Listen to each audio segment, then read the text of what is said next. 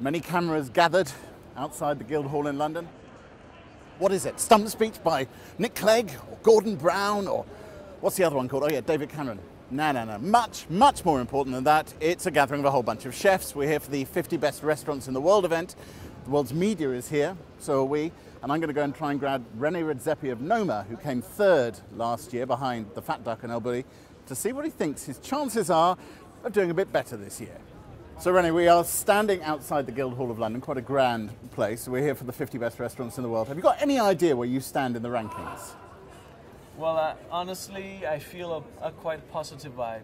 You feel a positive vibe? Yeah, I feel a positive vibe, but last year we were number 3 and you feel a positive vibe, so I don't know, I mean, I'm guessing that we're still in the top 10.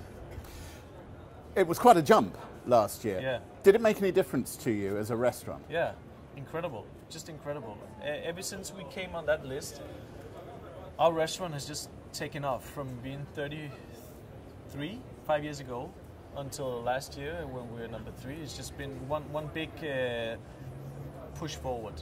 And a lot of it, of course, I mean, obviously we have to cook well. That's number 1. And somehow this list just puts a lot of spotlight on your restaurant. And our restaurant is in Copenhagen, a spot where people don't usually travel for gastronomy. People are flying into your restaurant. Yeah. I did it. I flew from London to have lunch. Honestly, it's super positive.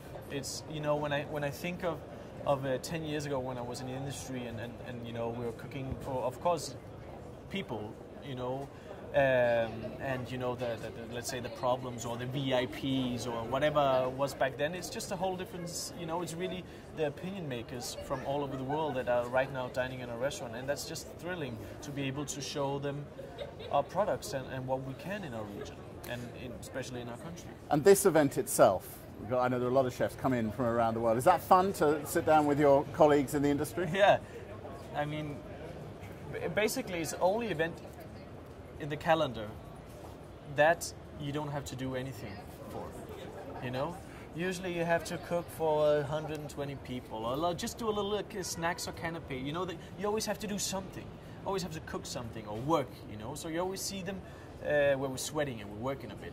This is the one event in the calendar where we just enjoy ourselves, have a drink, and give each other high fives and congratulations mate and so on. It's fantastic.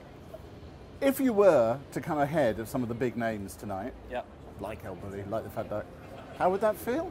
Yeah, well, of course, we hear 8 guys from the restaurant, and